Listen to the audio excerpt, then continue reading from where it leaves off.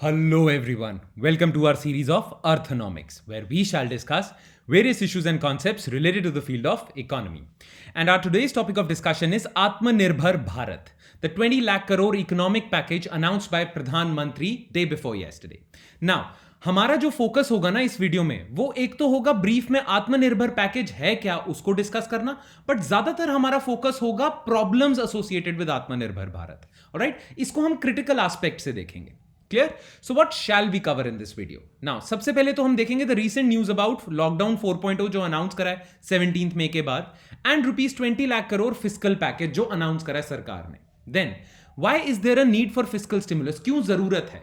Alright, फिर हम देखेंगे how this package should be implemented, इसको इंप्लीमेंट कैसे करना चाहिए. 20 लाख करोड़ आप अनाउंस तो कर देते हो और बहुत अच्छी बात है. 20 लाख करोड़ आपका 10% जीडीपी का है तो बहुत अच्छी बात है इकोनॉमी को रिवाइव करने के लिए, बट क्रिटिकल पता क्या होगा, ये 20 लाख करोड़ स्पेंड कैसे हो रहे हैं, क्योंकि अगर गलत तरीके से स्पेंड हो गया ये पैसा तो लेने के देने पड़ सकते हैं. ऑलराइट, एंड लास्ट में हम देखेंगे what are the problems associated with such a huge economic package. ये हमारा मेन फोकस होगा. Alright, so without further ado, let's begin with the recent news.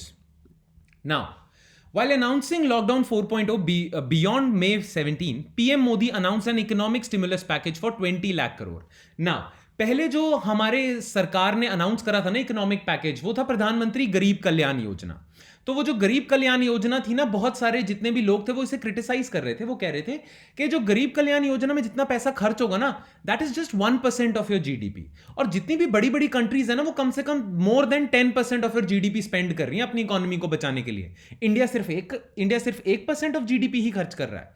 तो इसीलिए ना अब जो गवर्नमेंट ने अनाउंस करा है 20 लाख करोड़ 10% ऑफ जीडीपी, ये अच्छी चीज है कि ये अब ना हम ग्लोबल नॉर्म्स के हिसाब से बात कर रहे हैं. जैसे सारी इकोनॉमीज कर रही है ना, जैसे सारी कंट्रीज कर रही हैं अपनी इकोनॉमी को बचाने के लिए जितना अमाउंट स्पेंड कर रही हैं, इंडिया भी उसी लाइन में है. पहले इंडिया को ये ब्लेम किया जा रहा था बहुत कम कर रहा है.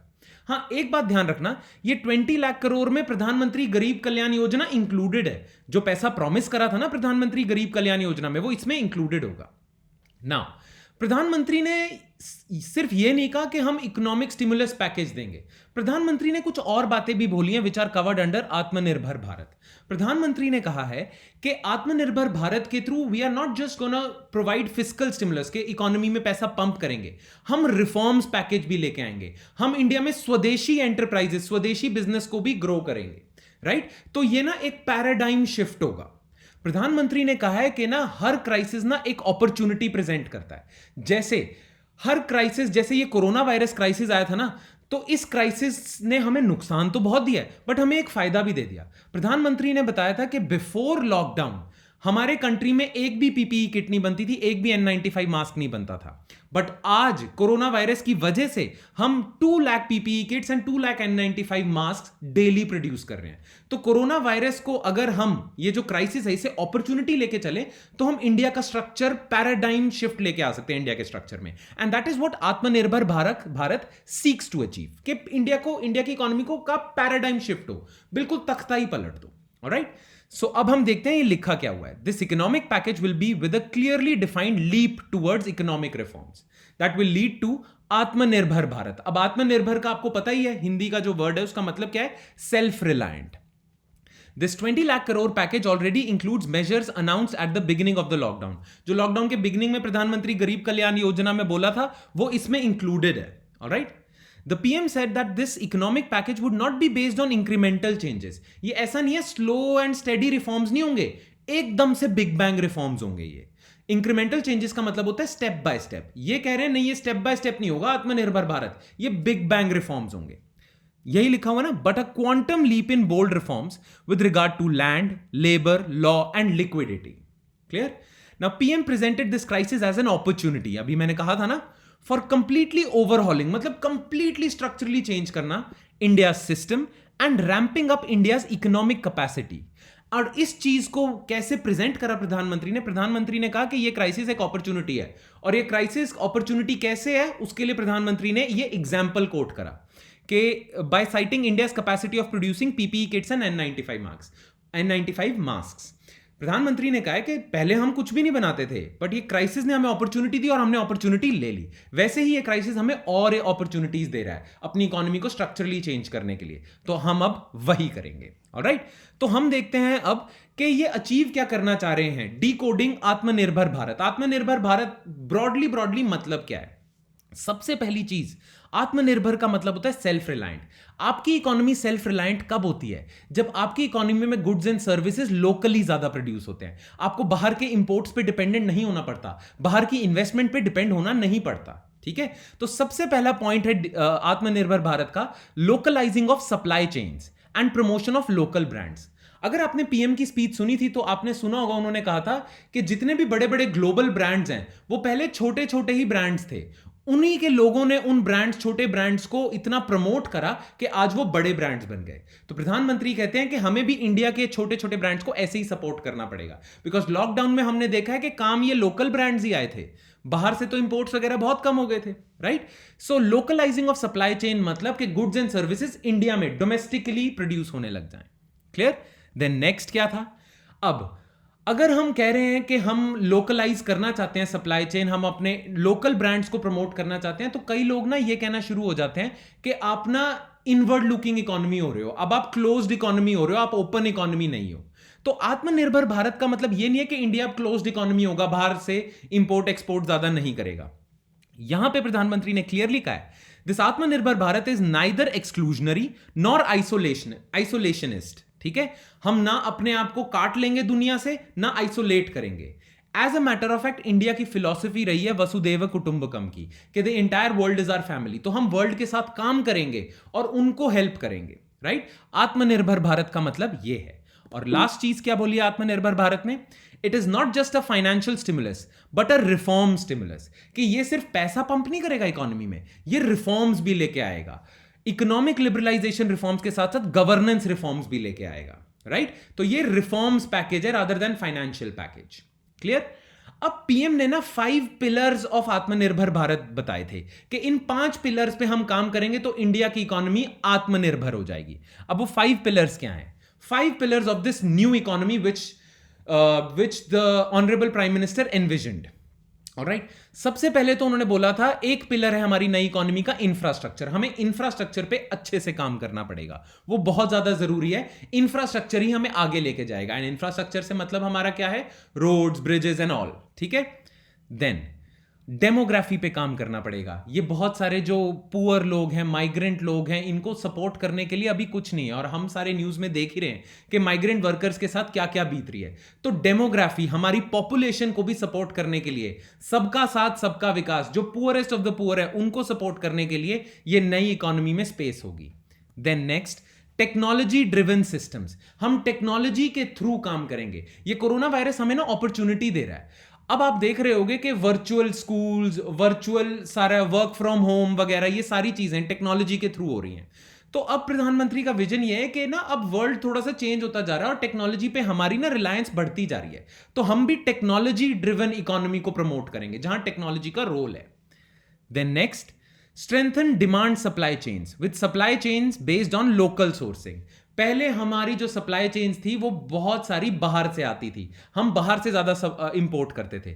इस नई इकोनॉमी में हम सेल्फ रिलायंट होंगे कि अगर कल को किसी क्राइसिस की वजह से इंपोर्ट्स रुक भी जाते हैं तो भी हमारे पास लोकल प्रोडक्शन फैसिलिटी इतनी है कि हम खुद को सस्टेन कर लें। यही सेल्फ रिलायंस का मतलब है, आपके गुड्स एंड सर्विसेज की प्रोडक्शन ज्यादा से ज्यादा लोकलाइज्ड हो। ये एक तरह से स्वदेशी मूवमेंट की याद दिला रहा है। Right, and last is economy. तो ये 5 पिलर्स होंगे सेल्फ रिलायंट इंडिया के। इंफ्रास्ट्रक्चर अच्छा हो, पॉपुलेशन डेमोग्राफी अच्छी हो, टेक्नोलॉजी के थ्रू आप सारा काम कर रहे हो, आपकी सप्लाई चेन लोकल है, और आपने इकोनॉमी पे ब्रॉड रिफॉर्म्स करे हैं। ऑलराइट, तो अब हम आ जाते हैं प्रधानमंत्री के एक कोट पे। प्रधानमंत्री ने अपनी स्पीच एंड करते हुए एक बहुत अच्छी बात बोली है। इन बातों को, इस कोट को आप एस्से में भी यूज कर सकते हो। Local production helped us in this crisis, and when you look at several global brands, they began as local but were marketed and raised to a global level. प्रधानमंत्री कहते हैं कि इस क्राइसिस में हमने देखा कि लोकल प्रोडक्शन ने ही हमें बचाया है. N95 मार्क्स हमने ज्यादा इंपोर्ट नहीं करे हैं, हमने खुद ही प्रोड्यूस कर लिए. हमने पीपीई किट्स इतनी ज्यादा इंपोर्ट नहीं करी जितनी हमने खुद ही प्रोड्यूस कर ली. अभी रिसेंटली हमने चाइना से बहुत सारे ना कोरोना वायरस के टेस्ट मंगवाए थे, टेस्टिंग किट्स. चाइना की ना टेस्टिंग किट्स बड़ी फॉल्टी निकली, तो हमने खुद ही बनानी शुरू कर दी सीरोलॉजिकल टेस्टिंग किट्स, राइट. तो हम खुद ही, लोकल प्रोडक्शन ने ही हमें इस क्राइसिस से बचाया. तो प्रधानमंत्री कहते हैं कि local production help us in this crisis, helped us. And जब आप बड़े बड़े ग्लोबल ब्रांड्स को देखते हो ना, तो वो लोकली स्टार्ट हुए थे पर अब ग्लोबल लेवल पे हो गए. So we have to do the same with our produce. We need to be vocal about local, मतलब हमें लोकल चीजों के बारे में ज्यादा बात करनी चाहिए. We must and we will make India self reliant. This is what PM Modi said. चलो, ये तो उनकी उस दिन की स्पीच होगी. अब हम देखते हैं निर्मला सीतारमण जी ने, जो हमारी फाइनेंस मिनिस्टर है, ऑनरेबल फाइनेंस मिनिस्टर, उन्होंने कल क्या अनाउंसमेंट्स वगैरह की थी. ठीक है, the finance minister held a press conference today and made some announcements. Today नहीं है, येस्टरडे, बट ये चलो कोई बात नहीं. Made some announcements in line with the आत्मनिर्भर Bharat vision led by the prime minister yesterday. The finance minister cited various reform measures undertaken by the government since 2014. इस ये ना स्पीच बड़ी लंबी चली गई थी फाइनेंस मिनिस्टर की. उन्होंने गवर्नमेंट के 2014 से जो इस गवर्नमेंट ने रिफॉर्म्स लिए ना, उनके बारे में काफी गुणगान करा उन्होंने.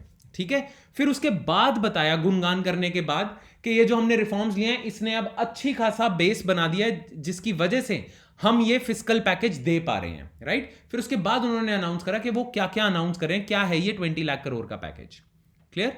Here are some of the announcements made by the finance minister. Now, सबसे पहले तो इसको ना, ये जो अनाउंसमेंट्स की हैं फाइनेंस मिनिस्टर ने, इसको हम सिर्फ ब्रीफ में देखेंगे. ये इतना इंपॉर्टेंट नहीं है, ज्यादा इंपॉर्टेंट है कि इसमें क्या क्या प्रॉब्लम्स हो सकती हैं. जो इसके ऊपर आर्टिकल्स आए हैं ना, जो पैकेज है 20 लाख करोड़ का पैकेज, उस पर बहुत सारे आर्टिकल्स आए हैं न्यूज़पेपर में, हिंदू एक्सप्रेस में. तो उन आर्टिकल्स में इसको कैसे क्रिटिसाइज करा है, इसके क्या क्रिटिकल एस्पेक्ट्स देखे हैं, उन पे हम ज्यादा फोकस करेंगे. जो अनाउंसमेंट्स करी हैं वो इतनी इंपॉर्टेंट नहीं है, बट फिर भी हम ब्रीफ में देख लेते हैं. तो एक इन्होंने अनाउंसमेंट करी है कि 3 lakh crore collateral free automatic loans. MSME sector जो इस समय सबसे ज्यादा जूझ रहा है, सबसे ज्यादा प्रॉब्लम में है, उसको कोलैटरल फ्री लोन्स का एक्सेस दिया. कम से कम 3 लाख करोड़ के कोलैटरल फ्री, बिना कुछ गिरवी रखे उन्हें लोन्स मिल सकते हैं. These loans are for businesses, particularly MSMEs. फिर collateral free loan to be provided to SMEs, small and medium enterprises, with 12 month moratorium. 45 units, 45 lakh units. 45 lakh units to benefit from this. ठीक है. फिर for stressed MSMEs, government to facilitate provision of 20,000 crore subordinate debt for equity support. जो struggle कर रही है MSME, उनको equity support देगी 20,000 करोड़ की. It will support कम से कम 2 लाख MSMEs. Then जो viable MSMEs हैं, जिनको फिर भी थोड़ी सपोर्ट की जरूरत है, उसके लिए गवर्नमेंट ऑफ इंडिया ने 50,000 करोड़ का एक फंड बनाया है, इक्विटी इन्फ्यूजन फंड. मतलब डेट नहीं देगा ये फंड इन एमएसएमईज को, इनकी कंपनियों के शेयर्स खरीदेगा, इक्विटी इन्फ्यूज करेगा. तो 50,000 करोड़ का ना इन्होंने फंड ऑफ फंड्स बनाया, और उस फंड के अंडर बहुत सारे फंड्स होंगे. ठीक है, जैसे इसका मैं आपको मैकेनिज्म दिखा देता हूं. ये जो 50,000 करोड़ का है ना मैकेनिज्म, जैसे एक इन्होंने 50,000 करोड़ का मदर फंड बना दिया. वो मदर फंड देगा बहुत सारे डिफरेंट डॉटर फंड्स को पैसा, और ये डॉटर फंड्स ना पैसा देंगी एमएसएमईज को. तो ऐसे बनाया, 50,000 करोड़ मदर फंड में होंगे, वो थोड़ा थोड़ा पैसा डॉटर फंड्स को देगा, और ये डॉटर फंड्स देंगे बहुत सारी एमएसएमईज को. ऑलराइट. और जो सबसे अच्छी चीज इन्होंने करी है ना, अभी इन्होंने एमएसएमई की ना क्लासिफिकेशन रिवाइज कर दी.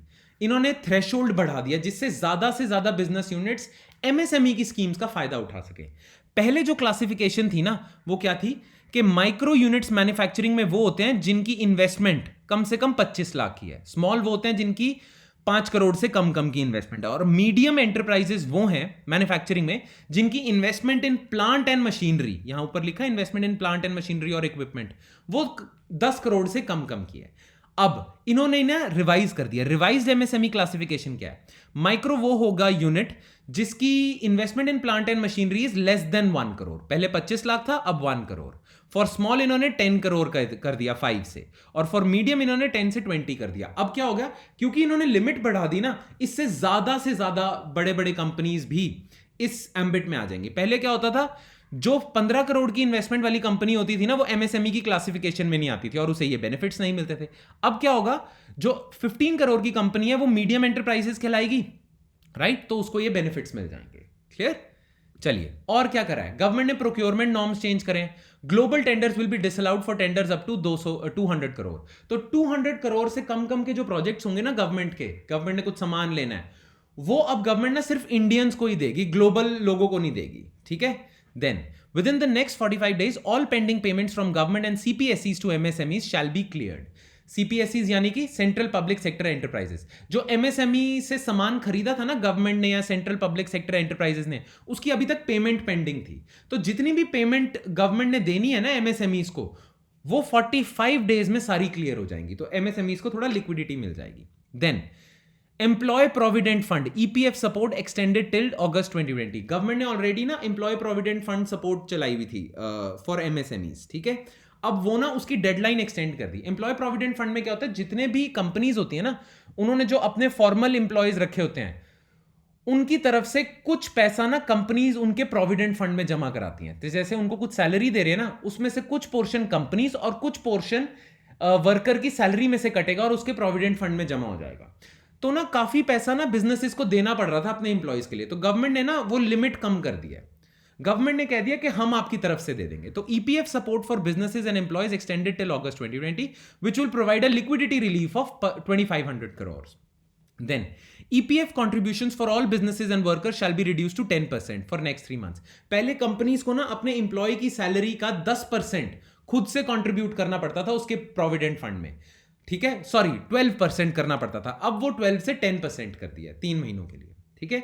फिर 30,000 crore special liquidity scheme for NBFCs and micro finance institutions, छोटी कंपनी, छोटे NBFCs के लिए। देन इलेक्ट्रिसिटी सेक्टर को इन्होंने रिलीफ देने की कोशिश करी है। जो डिस्ट्रीब्यूशन कंपनीज नहीं होती, इलेक्ट्रिसिटी डिस्ट्रीब्यूशन कंपनीज, वो बहुत बुरे हाल में चल रही हैं। आपने सुनी होगी गवर्नमेंट, स्टेट गवर्नमेंट की, गवर्नमेंट ऑफ इंडिया की उदय स्कीम, है ना? तो उज्जवल डिस्कॉम अश्योरेंस योजना, वो डिस्कॉम्स के लिए ही थी। डिस्ट्रीब्यूशन कंपनीज जो होती हैं इलेक्ट्रिसिटी की, बहुत बैंकरप्ट हैं ऑलमोस्ट, ठीक है? तो discoms in all states are facing serious financial crisis, many are bordering insolvency, bankruptcy के पास है। Now, government is making a one-time provision of 90,000 crore liquidity for discoms against receivables. मतलब ये जो discoms हैं, इन्होंने जितनी इलेक्ट्रिसिटी बेची है ना, उसका बिल इनके पास आया होगा। अब बिल तो इनके पास आ गया, यानी इन्होंने मान लो 10,000 करोड़ की इलेक्ट्रिसिटी बेच दी, ठीक है? और बिल भी काट दिया, पर वो 10,000 करोड़ की पेमेंट नहीं इन्हें अभी तक मिली जिनको इन्होंने बेची थी। तो इस वजह से इनके पास पैसा नहीं है। तो गवर्नमेंट ऑफ इंडिया क्या कहती है, उस बिल को कोलैटरल रख के गवर्नमेंट ऑफ इंडिया इन्हें 90,000 करोड़ लोन देने को तैयार है, राइट? तो इनमें जो लिक्विडिटी क्राइसिस चल रहा है वो सॉल्व हो जाएगा। और ये 90,000 करोड़ का लिक्विडिटी प्रोविजन कहां से आएगा?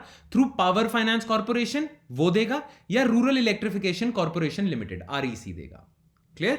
चलो, ये तो इतना इंपॉर्टेंट नहीं था कि अनाउंसमेंट्स इतनी इंपॉर्टेंट नहीं थी इस पैकेज में, ठीक है? ये हमने फिर भी जो निर्मला सीतारमण जी ने अनाउंस करा वो हमने ब्रीफ में देख लिया।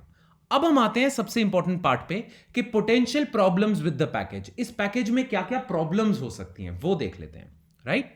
नाउ, सबसे पहली तो चीज है कि अभी ना लॉकडाउन चल रहा है। आप लोगों के हाथ में जितना भी पैसा दे दो, जनरली आप ना फिस्कल स्टिमुलस जब देते हो, लोगों के हाथ में पैसा देते हो, तो आप होप करते हो कि लोगों के हाथ में जब पैसा जाएगा तो वो डिमांड बढ़ा देंगे, और डिमांड बढ़ा देंगे तो सप्लाई बढ़ जाएगी, है ना? अपने आप गुड्स एंड सर्विसेज ज्यादा प्रोड्यूस होंगे क्योंकि डिमांड ज्यादा है भाई। बट लॉकडाउन में एक फंडामेंटल प्रॉब्लम है। Lockdown is a supply side problem. जब आप लॉकडाउन ही नहीं खोलोगे तो फैक्ट्रियों में वर्कर नहीं जाएंगे, फैक्ट्रियों में वर्कर नहीं जाएंगे तो फिर फैक्ट्रियों में कुछ सामान प्रोड्यूस ही नहीं होगा। तो आप जितनी मर्जी डिमांड बढ़ा दो, जब सामान ही नहीं प्रोड्यूस हो रहा तो उस डिमांड का फायदा क्या, राइट? इकोनॉमी तो बढ़ेगी नहीं। क्लियर? तो इसीलिए ना जो लॉकडाउन है ये ना सप्लाई साइड प्रॉब्लम है। हाँ, ये फिस्कल पैकेज पता है कब काम आएगा? जब गवर्नमेंट लॉकडाउन से रिस्ट्रिक्शंस हटा देगी या पार्शियली रिस्ट्रिक्शंस हटा देगी, राइट? तो लॉकडाउन से पार्शियली रिस्ट्रिक्शंस जब हट जाएंगी तभी इस पैकेज के रिजल्ट्स आने शुरू होंगे। ये चीज है, क्लियर? बट ये चीज अब इतनी इंपॉर्टेंट नहीं है, ये प्रॉब्लम रही नहीं है, बिकॉज गवर्नमेंट हौले हौले खुद से ही लॉकडाउन पे से रिस्ट्रिक्शंस कम करती जा रही है। यही बात जो अभी मैंने समझाई है ये लिखी हुई है। As lockdown creates supply side issues, unless restrictions are lifted, boost in demand through fiscal stimulus won't work, है ना? तो इसीलिए लॉकडाउन जब हटेगा तभी ये फिस्कल पैकेज का काम होना शुरू होगा, दिखेगा, या लॉकडाउन पे से रिस्ट्रिक्शंस पार्शियली हटेगी, जो कि गवर्नमेंट हटा रही है। तो अब ये प्रॉब्लम रही नहीं, ठीक है? चलो, और क्या प्रॉब्लम हो सकती है? Strained finances. सेंट्रल गवर्नमेंट, अब सेंट्रल गवर्नमेंट के और स्टेट गवर्नमेंट के फाइनेंसेस बहुत बुरे हाल में चल रहे हैं. If you have watched my previous videos तो उसमें हमने बात करी है कि सेंट्रल गवर्नमेंट के पास पैसा नहीं है, ऑलरेडी उनका फिस्कल डेफिसिट हाई है, और स्टेट गवर्नमेंट्स की तो हालत ही बहुत ज्यादा खराब हो चुकी है. तो गवर्नमेंट के पास इतना पैसा ही नहीं है, ऑलरेडी फिस्कल डेफिसिट इतना है, उसके चक्कर में इन्होंने बोरो बहुत कर रखा है. तो अगर गवर्नमेंट और ये पैकेज अनाउंस करती है और पैसा खर्च करती है तो उसके फाइनेंसेस और बिगड़ जाएंगे. अच्छा, जब और फाइनेंसेस बिगड़ जाएंगे मतलब गवर्नमेंट का एक्सपेंडिचर ज्यादा हो रहा है, रेवेन्यू आ नहीं रहा, तो गवर्नमेंट को क्या करना पड़ेगा? गवर्नमेंट का fiscal deficit out of control हो जाएगा, और उस आउट ऑफ कंट्रोल डेफिसिट से बचने के लिए गवर्नमेंट डेट उठा लेगी. Too much debt on both centre and states. अब जब फाइनेंसेस स्ट्रेन होंगे फिर भी आप एक्सपेंडिचर बढ़ाओगे, फिस्कल डेफिसिट बढ़ेगा. फिस्कल डेफिसिट को ब्रिज करने के लिए आप लोन ले लोगे, सेंटर और स्टेट्स, और जब बहुत ज्यादा आप पे लोन हो जाएगा ना तो आपकी फाइनेंशियल सिचुएशन डीस्टेबलाइज हो जाएगी. और जब फाइनेंशियल सिचुएशन डीस्टेबलाइज हो जाती है तो आपकी सॉवरन क्रेडिट रेटिंग जो ये फिच या मूडीज देते हैं वो गिरने लग जाएगी. ठीक है. अच्छा, और क्या प्रॉब्लम हो सकती है इस पैकेज के साथ? प्रॉब्लम्स विद इंप्लीमेंटेशन, ये सबसे बड़ा मुद्दा है. पता है, इंपॉर्टेंट ये नहीं है कि आप कितने का पैकेज दे रहे हो, इंपॉर्टेंट ये है कि उस पैकेज को आप कैसे स्पेंड कर रहे हो. अभी हाल ही में बहुत ज्यादा आर्टिकल्स आए हैं, अगर आप पिछले 2 दिन के आर्टिकल्स देख रहे हो ना हिंदू में, तो जॉन ड्रीज वगैरह देन और बहुत सारे लोगों ने आर्टिकल्स लिखे हुए हैं. उन्होंने बोला है कि गवर्नमेंट ऑलरेडी जो स्पेंडिंग कर रही है ना वो ठीक से नहीं कर रही, उसमें लीकेजेस बहुत हैं, बहुत प्रॉब्लम्स हैं. जॉन ड्रीज ने तो ये कहा था कि जो गवर्नमेंट कैश ट्रांसफर करेगी ना पुअर को through on in their Jan Dhan accounts, Jan Dhan accounts में बहुत सारे फॉल्टी अकाउंट्स हैं. ये जो जैम ट्रिनिटी की बात चल रही थी ना, जनधन आधार मोबाइल, है ना, इसमें बहुत ज्यादा प्रॉब्लमैटिक सिचुएशन है, इसमें इंक्लूजन एक्सक्लूजन एरर्स बहुत ज्यादा आ रहे हैं. राइट. तो इसीलिए प्रॉब्लम बहुत ज्यादा क्रिएट हो सकती है. तो इसीलिए गवर्नमेंट पैकेज अनाउंस करने से पहले यह देख ले कि उसके पास प्रॉपर प्लान है कि वो इस पैकेज को इंप्लीमेंट कैसे करेगी. And I am sure government ने ये प्लान करा होगा. ठीक है. बट स्टिल हमें ये बात पता होनी चाहिए. It's not how much we are spending that's important. It's how we are spending that amount, that money. That's important. All right? तो हमें प्रोसीड कैसे करना चाहिए, हमें क्या करना चाहिए? जो भी ये पैकेज है 20 लाख करोड़ का, इसमें हमें काम कैसे करना चाहिए, हमें क्या क्या करना चाहिए? सबसे पहले तो हमें गरीबों के लिए, स्पेशली जो माइग्रेंट वर्कर शहरों से उठ के गांव चले गए हैं, उनके लिए फूड एंड कैश ट्रांसफर का वो करना पड़ेगा. एक तो PDS, public distribution system, FCI के थ्रू आप इन्हें फ्री राशन प्रोवाइड करो, क्योंकि इनके पास अभी खाने के वांदे हो रखे हैं, और सबके अकाउंट में कैश ट्रांसफर करो. गवर्नमेंट ने 500 अंडर प्रधानमंत्री गरीब कल्याण योजना, गवर्नमेंट ने 500 रुपीज तो बोला है पर मंथ, बट बहुत सारे जो इकोनॉमिस्ट हैं वो ये कहते हैं कम से कम हर हाउस होल्ड में 7,000 रुपीज जमा होने चाहिए. क्लियर. इससे फायदा क्या होगा, या इससे मतलब क्या होगा? एक तो ना आपको करना क्या चाहिए, हाँ, फूड एंड कैश ट्रांसफर करने से पहले आपको कुछ चीजों का ध्यान रखना पड़ेगा. अब एक चीज है, you have to rectify inclusion exclusion errors in JAM trinity. आप जो कैश ट्रांसफर करोगे, पैसा ट्रांसफर करोगे, उसमें आपको बेनिफिशियरी को भी तो आइडेंटिफाई करना पड़ेगा ना. ये थोड़ी है अमीर बंदे को भी आपने कैश ट्रांसफर कर दिया, गरीब बंदे को कैश ट्रांसफर नहीं हुआ. तो जो आपके पास लिस्ट है ना, जिस लिस्ट में उन लोगों के नाम लिखे हुए हैं जिनको फूड और कैश ट्रांसफर होगा, उसमें इंक्लूजन एक्सक्लूजन एरर्स ना हो. इंक्लूजन एरर मतलब क्या होता है कि जो लोग डिजर्व नहीं करते उन्हें भी कैश ट्रांसफर हो रहा है. एक्सक्लूजन एरर क्या होता है, जो लोग डिजर्व करते हैं उन्हें लिस्ट से बाहर रखा हुआ है. तो इसे रेक्टिफाई करना पड़ेगा. देन आप ना जैम ट्रिनिटी जनधन अकाउंट के बजाय आप नरेगा के जो जॉब कार्ड्स है ना उन्हें यूज कर सकते हो और फिजिकल कैश दे सकते हो, rather than providing cash in their bank account. ठीक है. क्योंकि नरेगा जॉब कार्ड्स के थ्रू जो पेमेंट होती है ना, उसके जॉन ड्रीज जो जिन्होंने अभी आर्टिकल लिखा उन्होंने बताया कि रिसर्च बताती है कि नरेगा जॉब कार्ड से ना इंक्लूजन एक्सक्लूजन एरर्स हट जाते हैं. Then increase transfer limits and quota. गवर्नमेंट जो अभी पैसा ट्रांसफर कर रही है, जो राशन का कोटा अभी दे रही है ना, वो बहुत कम है. इसलिए गवर्नमेंट को कैश ट्रांसफर जो गवर्नमेंट दे रही है वो बढ़ाने पड़ेंगे, और कोटा ऑफ फूड भी बढ़ाना पड़ेगा. अब इसके एडवांटेजेस क्या हैं? जब आप रूरल इकोनॉमी को बेनिफिट दोगे ना कैश ट्रांसफर से, तो रूरल डिमांड बढ़ेगी, और रूरल डिमांड बढ़ेगी तो आत्मनिर्भर भारत में हम क्या चाह रहे हैं कि डोमेस्टिक इंडस्ट्रीज को फायदा हो. तो जब रूरल डिमांड बढ़ेगी ना, तो ये लोग जो रूरल एरियाज के हैं ये डोमेस्टिक इंडस्ट्रीज से ही, रूरल इंडस्ट्री से ही सामान खरीदेंगे. तो अगर आप फूड एंड कैश ट्रांसफर करते हो तो रूरल इकोनॉमी बढ़ती है, पैसा आता है लोगों पे, इनकम बढ़ती है, और इनकम बढ़ने से लोकल प्रोड्यूस की डिमांड बढ़ेगी. तो आत्मनिर्भर भारत की तरफ हम जाएंगे. ऑलराइट. देन दूसरी चीज हमें क्या करनी चाहिए? अब ये जो माइग्रेंट वर्कर्स है ना, ये शहरों से उठ के जितने भी हैं वो अपने गांव जा चुके हैं, पर गांव में इनके पास खाने पीने को कुछ नहीं है, जॉब करने को कुछ नहीं है. इसीलिए यू नीड टू एक्सपैंड मनरेगा. मनरेगा क्या देता है? हर गरीब हाउस होल्ड को 100 डे गारंटीड एम्प्लॉयमेंट देता है। तो मनरेगा को आपको एक्सपैंड करना पड़ेगा और आपको ये 100 डे लिमिट भी हटानी पड़ेगी। अब आप कहो कि जितनी देर काम करना चाहते हो उतनी देर कर लो, राइट? तो मनरेगा ही इन माइग्रेंट वर्कर्स को बचा सकता है जो अपने वापस गांव चले गए हैं। क्लियर?